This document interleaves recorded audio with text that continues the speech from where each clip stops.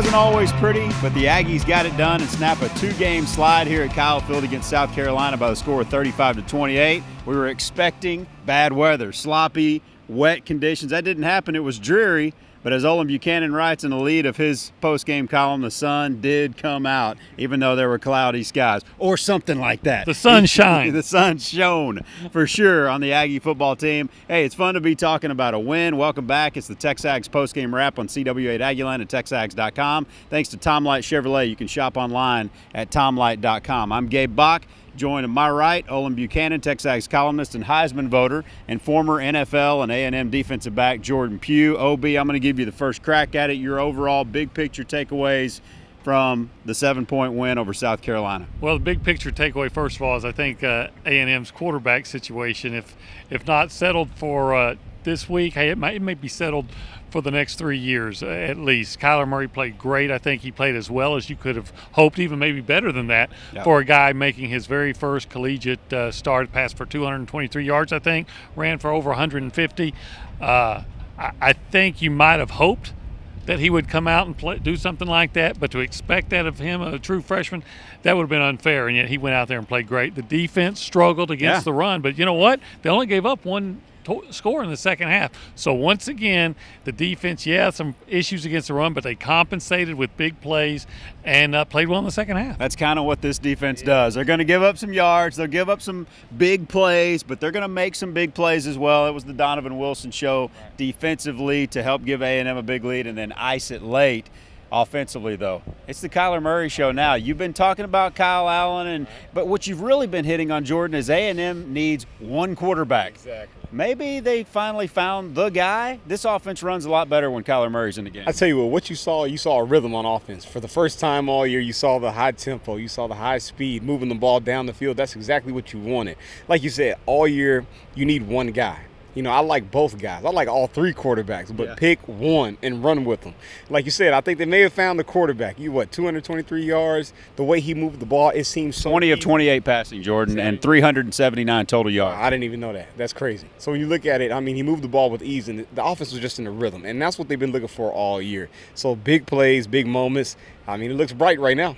It really does. Simplified running scheme, whatever they did to simplify things and make things a little bit easier and more clear for that offensive line, it certainly worked. And Trey Carson, is it the black uniforms or is it having the lightning on the field of Kyler Murray? I thought having Kyler Murray on the field would make Trey Carson look even slower. But for some reason, Trey Carson looked a lot quicker out there today with the football. And he ran I got Trey Carson at 21 carries, 122 yards and a touchdown. Yeah, I think Trey was the beneficiary of Kyler's athletic ability, that threat, to have a second threat on their defense. You know this. Right, you played exactly. DB. You start thinking, okay, before I pretty much key on Trey Carson. Now in that zone read, I'm thinking, okay, I'm leaning a little bit toward the outside because the quarterback might keep it. Instead, he hands off to Trey, and Trey just goes thundering down the field. Like you said, you look at it as a defensive player, it opens up a whole nother element to the offense. So now you got your threats at the wide receiver position. You got a possible threat at the running back. Now you got it at the quarterback who touches the ball every single play.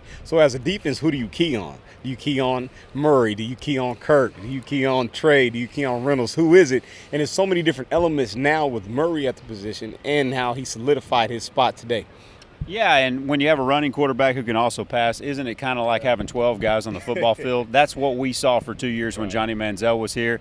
We're seeing the makings of a Johnny Manziel type player to lead this offense moving forward. And Kevin Sumlin said give Kyler credit. He did what it took to lead and communicate out there with his team and with his coaches. Now, when you look at it, like you said, the true dual threat. When you look at it, 223 passing yards, I mean, that's huge.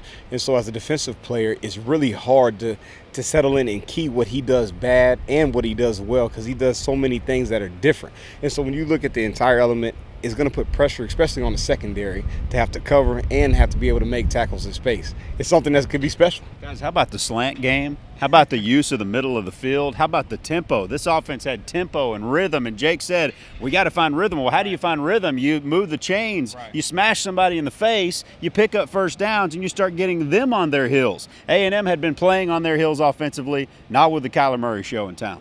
No, and I think, again, Jordan can speak to this better than I do, but it looked to me that South Carolina was playing a cover 2 the whole game. Mm-hmm. They had their safeties deep, so they're pretty much inviting you to throw the slant. I think there's, from what we understand, there's some concern about the speed in the South Carolina secondary, so they're playing back, and A&M saw that the slant was there. I think I saw more slants in the first half than I've seen A&M run all year, and it was there to Ricky Seals-Jones. It was there to Josh Reynolds. It was there to just about everybody. It was just a matter of Kyler Murray making sure he can get it there, and more often than not he did. And if it wasn't big plays, it was at least productive plays that set them up either for a first down or in position to get a first down. Like when you look at, you said the cover 2, you saw a lot of too high safety looks. That's because out of respect for the receiving game. Now when you look at it with Murray and how he can get the ball to the receivers, how he can use his legs to make plays, there's so many elements. That's why I said, who do you key on? You don't know who to key on. You know Kirk is a big play guy. Reynolds. Now you got a quarterback who can take it the distance too. It's so many different ways that you can defend them. It makes you not able to defend them. And that's the big thing that you saw today. And 10 carries, guys, from James White, just to get on the field and have 10 carries. He had 44 yards. He had a touchdown.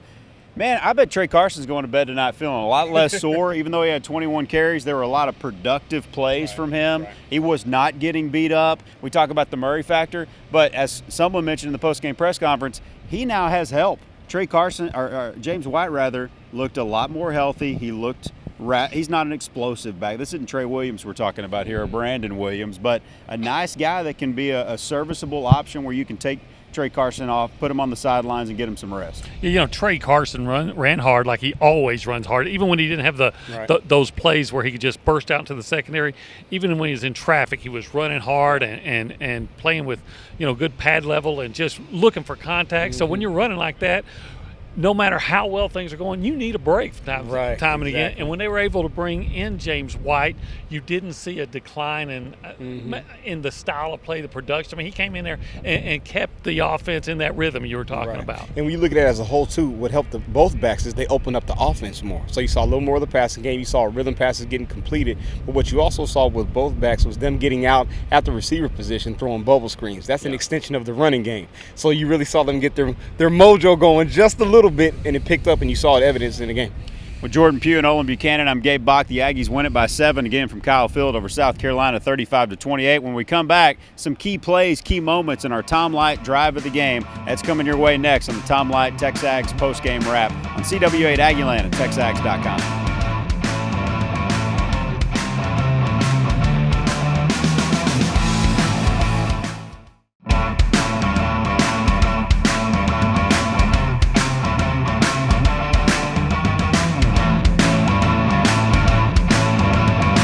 Back to Kyle Field for the Texags post-game wrap. Thanks to Tom Light Chevrolet, TomLight.com. Gabe Bach with Texags columnist Olin Buchanan, Texags contributor, former defensive back in the NFL and at A&M, Jordan Pugh. Let's do our Tom Light drive of the game, guys. And it can be a couple of moments, a couple of drives, but where did this game turn? In your opinion, Jordan, I'm going to give you the first chance at it. Well, I'll tell you what, I'm going to take it a different way. I got to show the defense some love. I have to show the defense some love. Shaka. When you look at Donovan Wilson's pick six, I think that was a huge turning point. We scored on offense, and you see Donovan go in and take control. We really took control of the game at that point. The defense started catching the rhythm. They started making plays and getting South Carolina off the field. So I think that could be the biggest drive, and I think it was a huge turning point and it grabbed the momentum of the game. OB. I would agree with that being maybe the biggest play and definitely the turning point. It was a big play because it gave you that extra cushion, that extra 14-point lead. But the biggest drive was either that one in the half where you were able to tie it when you were down and get that. You don't want to have to be playing from behind in the second half. Right. Or the one that gave them the 28-21 lead. Absolutely. That was a huge moment. Huge moment in the game. What happened there was 21-21 to start the second half. And Deshaun Hall, who didn't play great, but I thought started making some plays in the second half, Deshaun Hall comes through, gets the big sack. So it forces the punt. All right, here's this defense that's been getting gashed, gets off the field, OB, and what happens after that? An 81-yard drive And then here comes the fourth down. You're having trouble in the red zone all year. You're having trouble getting that 1 yard when you need to. And what did they do to get that 7-point lead? Well, you think that they're probably going to give the ball to Trey Carson, but we know that even with Trey Carson back there in last year and this year, you just can't count on A&M even getting that 1 yard. And Kyler pulls it back, fakes the run to Trey, and he darts around that end so fast. It's an easy touchdown. I mean, I don't know that you could always just assume A&M's going to get that 1 yard, but that happened so fast. Exactly. And I think I felt a big sigh of relief from 100,000 at Kyle Field on that play. 100,000 announced, right. 20,000 empty seats. But all things considered, with the floods, with the weather, I actually thought the thing filled in. Yeah. I kind of thought a lot of people were watching at home in Bryan College Station saying, I want to be here to watch Kyler's first start. We got tickets. Why aren't we there? It's not even raining. Right. Now, this is the first time 11 minutes in that I'm going to say Johnny-like. Those were walk-in touchdowns when Johnny Manziel was the quarterback here. They're going to be moving forward with Kyler Murray. Oh, yeah, you have to. I mean, after you saw what he did, the numbers speak for itself. You saw the rhythm of the offense. You saw him move the ball down the field consistently, drive after drive. I think this is the guy that you need to go with. I think he fits this system the best. And so, like I said, no two quarterback system. I think they have their guy. I think you move forward with him. I think it can be an explosive offense again. Let's stick with the defense for a minute. Here are some of the numbers. A&M got 544 total yards, 321 on the ground, 223 through the air. South Carolina, another 400-yard game for an offense against A&M's defense. 445 yards, 223 on the ground, 192 through the air. Big thing was A&M didn't get penalized. They only had 3 penalties in this game. I don't think any on defense. I might be mistaken about that. And then they forced 2 turnovers and didn't have one. Big plays are happening on this. Let's focus specifically on this A&M defense, which had been playing well when the offense had been struggling. Now the offense is playing well and the defense struggled today. They're going to have to put 3 phases together if they want to get on a hot streak down the stretch. I think the biggest thing with the defense, like you said, they make plays and they find ways to get off the field. So you look at the last drive of the game, it's a must stop. They have to do it and they come in. But the thing is, they're putting themselves in those positions where they're giving them big plays where they have to have the must stops. But I think this was the first game where they were kind of out of rhythm a little bit, where you saw them kind of fall back. Now the running game, they have to be able to take care of that, because that somewhere along the line that's going to catch up with them. And you see the consistencies with the big plays. Now match the big plays with consistent play over time. And I think if they can do that, I think this could be a dangerous team where they can get the offense together, they get the defense together. And special teams has been playing well all year. Agree with that, OB? Yeah, pretty much. I think the inconsistency at linebacker makes you feel like that they're going to continue to have some issues in run defense. You just want to get to that cycle when you know that big play is coming. You want that cycle to get greater and greater and put more space between the big plays they give up.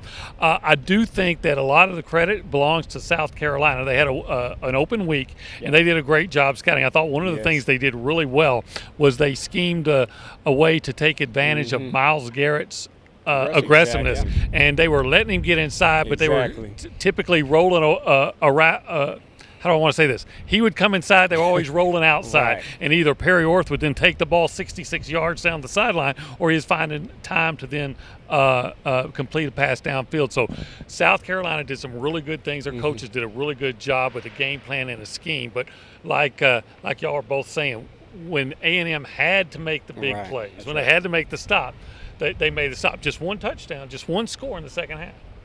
Here's some big plays. On the ground, South Carolina had plays of 66.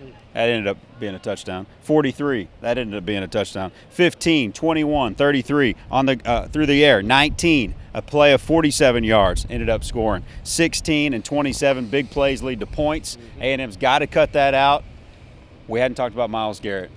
He didn't play great. As they said, they kind of preyed off of his aggressiveness a little bit and kind of made that a negative in this game. But when it matters most, this guy steps up with a game on the line. He had another sack, and it was 3 pressures on 4 downs that helped create the pick 6, helped create the first sack from Noel Ellis, your guy, and then helped create his own sack there and a forced fumble with a game on the line. Yeah, when you look at it, they wanted to neutralize Garrett. You saw that in the game plan. Now, we take a lot of those big plays. A lot of those big plays happened in the first half. I think they did a great job of scheming the defense. You saw a lot of open receivers, a lot of them crossing through the middle, a lot of open seam routes, and I think they preyed on the weakness of our linebackers right now. I think that was the biggest thing. I think going forward, that's something that we're going to have to fix because they really exposed that today.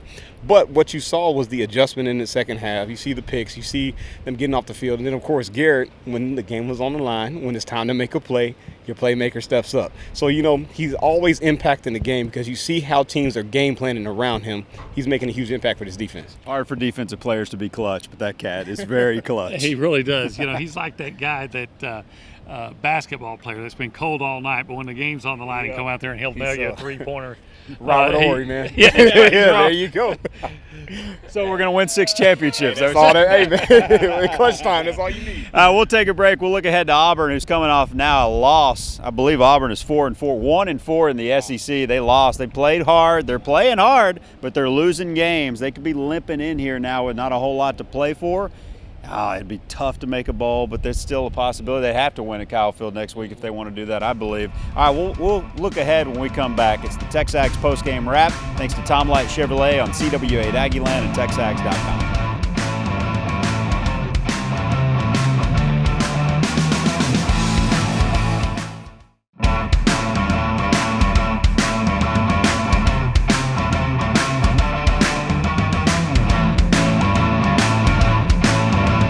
Welcome back. Final segment of the Texags postgame wrap, CW8 Aggieland, Texags.com. It's a service of Tom Light Chevrolet. You can shop, click, drive at TomLight.com. Gabe Bach, Jordan Pugh played for the Aggies in the NFL, and Olin Buchanan played for the School of Hard Knocks. The White Oak Roughnecks. And the White Oak Roughnecks of East Texas. Guys, I wanted to touch on Noel Ellis. It was interesting. I don't think – did you see him? I don't think I saw him. When they went Mustang, they went Caesar on 2 or 3 different – they don't play the Mustang a lot right now. But when they did, they went Caesar, and all of a sudden I look around, and Myles Garrett's looking like he's going to make a play, and 4 comes out literally the stands and made that play. I didn't see him all game, and then he makes a big play at the end. I thought that was a huge part. I wanted to give him some credit. You know how I am. That's my guy. I think he's the most underrated and underappreciated guy out there. When you look at the defensive backs – with really just Wilson and Ellis really playing that nickel, that dime spot. I think those guys are 2 of the most dynamic players we have in that backfield. We know about Watts, we know about Evans back there, Harris and Williams, but Ellis, he just finds his way around the ball. You go back to Arizona State. You go back or take that all the way up to this point now. He's around the ball. He's making plays. He's forcing fumbles. I think this guy is making an impact, and I think it's about time you give him a little bit of love. That's my guy. That's my guy. He's been through hell and back. He lost 50 pounds. He almost died. He had diabetes. They didn't realize it. He's come back now. He's making a big play to help win a football game, OB. Maybe it's time we see more Mustang just because the linebackers haven't been that good. And maybe you get these guys, you got 6 guys you really like, maybe even 7, counting Nick Harvey, that you really like back there in the defensive backfield. Well, I think that'll depend on the teams they're playing. And next week they got Auburn, which runs the ball well and starting to throw it pretty well. They're starting to play better football, so maybe we'll see it. But I think that Chavis guy, he knows what he's doing. He knows what he's doing. If he feels like they need to go with more nickel, more dime, put a quarter, $50, whatever he says, I'm on board with. A 50-cent piece. Anything out there, huh? Ricky Seals Jones. I got a note for you guys. Okay. The last time A&M had 2 players, this comes from Brad Marquardt. The last time A&M had 2 players run for 100 yards in the same game was the only other time in school history they wore black uniforms. It was Mississippi State 2012. I want to say Ben Molina along with Johnny Manziel. Mississippi State 2012. It's been a while since A&M had 2 guys run for 100 yards. Love the black unis, and it leads us to some success. Yeah. I wish it wouldn't be a one-off. I'd like to see them a little more often. Maybe that's Gabe Bach, New Army in me. I'd like to see more blacks. I'm with you. Black is sexy, and I guess you win when it's sexy. You know what I mean? With the black wins, hey, you look good, you feel good, you play good. That's how it is, hey. And if you got something going, I think you might need to stick with it. Just a little tip. I love the helmets. I like the uniforms too, and I think white is sexy, but and maroon is sexy the icy on whites. certain days. So look, if we're in an all-black uniform and make them go out and play like they did today, then I'd say, yeah, let's change the colors. Right. But I think with Kyler out there and Trey Carson running as hard as he did today and does almost all the time, and what this offense is capable of, if they can hit that potential, those guys can go out there wearing anything, and they can be that kind of get that kind of production. We've talked a lot about Kyler. We've talked a lot about Donovan Wilson, the big play guys. We talked a lot about the run game today because that was a huge element. And what we need to talk about is the receiving corps, especially Ricky Seals-Jones, who continues to turn it on. Now, the numbers, they don't wow you, but 6 catches for 88 yards. Josh Reynolds, 5 catches, 74 yards and a touchdown. Good to get him off the mat. Good to get him rolling a little bit, guys. But Ricky Seals-Jones, now he's starting to string them together. Someone said 3 straight successful games. I think it's 4. Wasn't his fault he got ejected from that Mississippi State game. He turned a corner somewhere around the start of SEC play, somewhere around Arkansas, between Arkansas and Mississippi State. Well, we heard throughout the spring from Coach Moorhead. Coach Aaron Moorhead kept saying, Ricky Seals-Jones is doing this, he's doing that, he's really making improvement. And we said, okay, well, we'd love to see it. We don't see the practices. Right. And we saw bits and pieces of it early in the season. Yeah, you'd see a flash here and a flash there. Well, now it's not flashes. You're getting the whole reel. And he's doing it, like they said, 3 or 4 games in a row. And we've always felt like Ricky Seals-Jones has that potential to be a real big-time player because he's such a matchup problem. I'd like to know, Jordan, how do you cover a guy with that size and that speed, especially when you have other guys with speed on the field with him? So he gives he's playing nasty. Exactly. So he gives you that big matchup problem to complement those other speed guys, and frankly, he's stepping up. He he was wide open for a big play against Alabama, and the ball was just overthrown. So as well as he's playing the numbers he's put up, if get him the ball, and he has the ability to put up even greater numbers. Yeah, I think, when you look at it, like you said, he's a matchup nightmare. You look at the size, the speed, the ability to catch it within traffic. He's finally starting, like you said, to put the string of games together. But when you think about it, I think he may have been a product of too many good receivers. When you talk about guys who you think have the potential to show out, look who else we have with Josh Reynolds. You got Kirk exploding. You know what Speedy can do. So when you see those guys, it's hard to get the ball to those guys. Only one ball on the field, but seeing him finally break out, seeing him finally string those games together, that's something that you want, and I think he can carry it. It'll open up other guys to create one-on-one matchups. It's just a matchup nightmare with all 4 receivers we have. So I think it's something that could be huge for the offense. All right, finally, guys, we got about 1 minute left, but Auburn's coming in. They're 4-4. After this, you get Georgia, then Idaho, then Alabama. They've got to win this game to get bowl eligible, but A&M turned a corner today. What's your expectations moving forward into Auburn and then hopefully get on a run before LSU? Well, my expectations are that A&M would continue to play well, that they'll continue to get better, that Kyler Murray will continue to get better. But I think next week's game is going to be a lot like this one. There's going to be a lot of suspense. Auburn's starting to play good football. They do have some offensive weapons. Peyton Barber at running back, Ricardo Lewis at receiver. They got a similar quarterback situation to South Carolina. So next week may be a whole lot like today. Jordan, final thoughts quickly. Yeah, I agree. I think that the biggest thing is they got to worry about that run defense. If they can control that run defense, you can let your DNs just fire off like they did on that last drive. So I think focusing on that, the offense, they have a rhythm now. I think you keep that going, it could be big. This has been a lot of fun. Thanks to Jordan Pugh and Olin Buchanan and Lindsey Cottle and everybody for making it possible today. It's been the Texags post-game wrap again. The final score, Texas A&M 35, South Carolina 28. The Aggies bowl eligible at 6-2 and 3-2 in SEC play. Thanks to Tom Light Chevrolet. This is Texags post-game wrap.